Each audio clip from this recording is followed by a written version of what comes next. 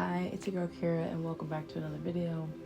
Today I just wanted to talk about the importance of solo traveling.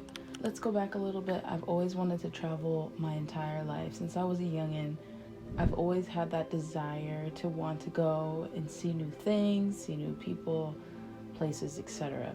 And then when I turned 20, I realized that, oh, okay, I can actually do this now. I finally felt confident enough to start thinking about it and start planning for it, right? So, as you do when you want to start traveling, you start hitting up your friends. But I kept hitting a brick wall, wall after wall. I mean, I don't want to say that nobody wanted to travel, but we weren't in the same space to travel. And so every time I'd hit up my friends, they'd be like, oh no, I have this or that going on. I have a new job going on. I got blah, blah, blah, which is totally fine. But I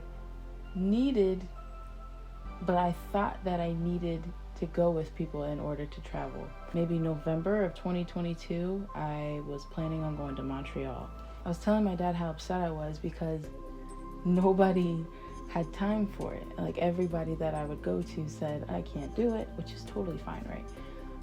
And so I was frustrated because I felt like I couldn't do it. Until my dad was like, go by yourself. And I was like, it lit up something in my mind that I hadn't thought about before, especially being a woman, especially being a person of color. It's not something that I had thought of before, really. I sat on the idea, thought about it for a while, and I was like, let's do it. So I booked my ticket, went to Montreal for the first time. That was the first time that I had traveled by myself, which was so freeing.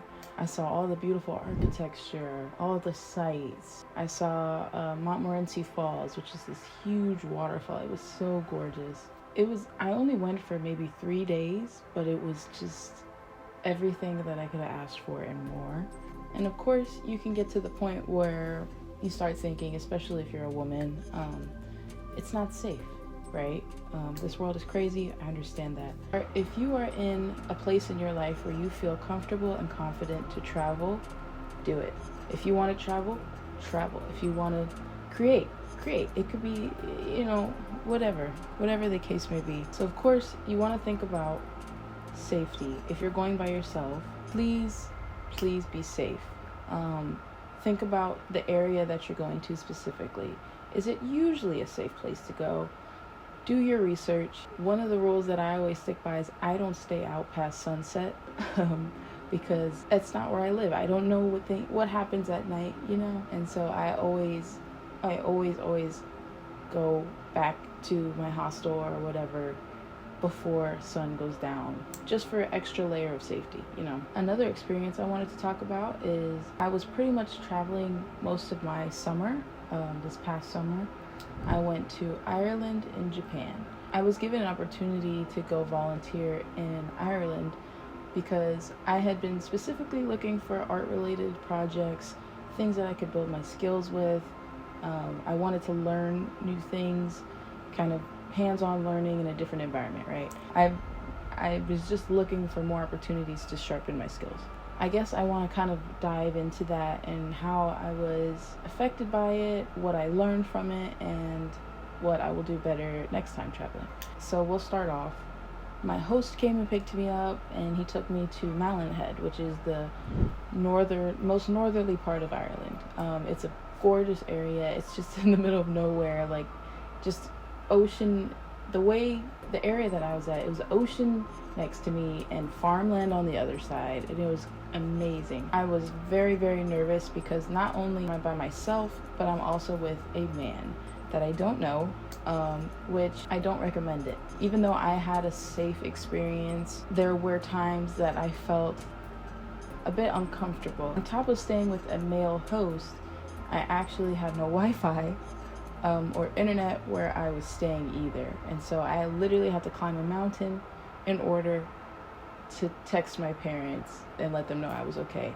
It was, again, a very beautiful area. I had learned so many stories. My host would tell me so many things. He would talk for hours and hours and hours. And so I learned a lot of the history there and about the neighbors there, about just a lot of things, which I actually wrote down in my book. So I wrote in this little book while I was there, just like little snippets of my trip there and things that I wanted to remember, right? So I wrote one down about this man, Corky Joe. That's what they called him. He's from Cork, but obviously. I wrote, a giant of a man. His hands and wrists were the biggest I've seen. He's around 70 and looks about 56. And that's just a small snippet, but it helps you remember the experience because it was just funny. Like, it was just this 6'5" man walking into this little cottage, and he's over just telling us about what's going on, and he was just so kind as well, which that's what I wanted to remember, was just that moment. I'll tell you another one, right?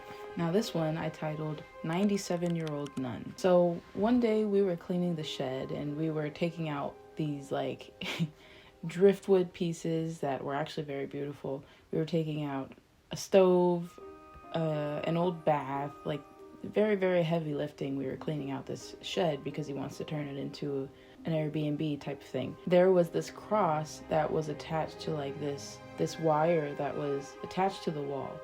And I had asked my host about it, and I was like, what's that about? And so this is what he told me. This is the story of the 97-year-old nun.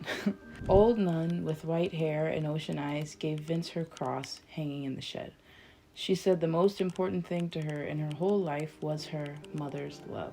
I just think that's beautiful. I think it's a beautiful story and just something that I want to remember about that trip. And I even met these two wonderful people. Okay, so this couple came from England and they went to stay at the Airbnb that was at the cottage. The wife's name was and her husband's name was called him Frenchie.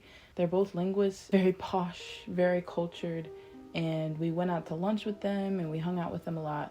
Specifically was very, very interested in my life, and she was asking me all these questions, and she was just so kind, and it really inspired me to want to be like them, to learn more languages, to travel more, to do better in teaching because I'm a teacher. You know, it kind of helped me get gas in my tank, what I want to do and what I want to accomplish. And so now I'm learning French, not specifically because of them, but it did help me keep learning the French language because of that experience. So this is all to say that without being brave, I wouldn't have these experiences. Imagine I just sit at home and I'm like, oh, I'm a woman, I'm a person of color, it's too dangerous for me to travel.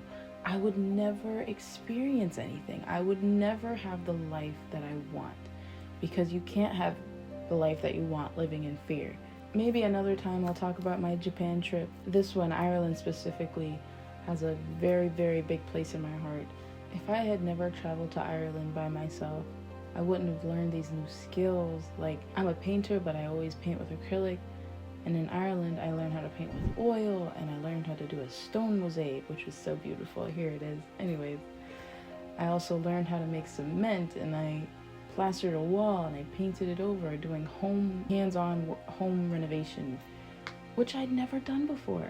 This is just a little example of why it is so important to just travel.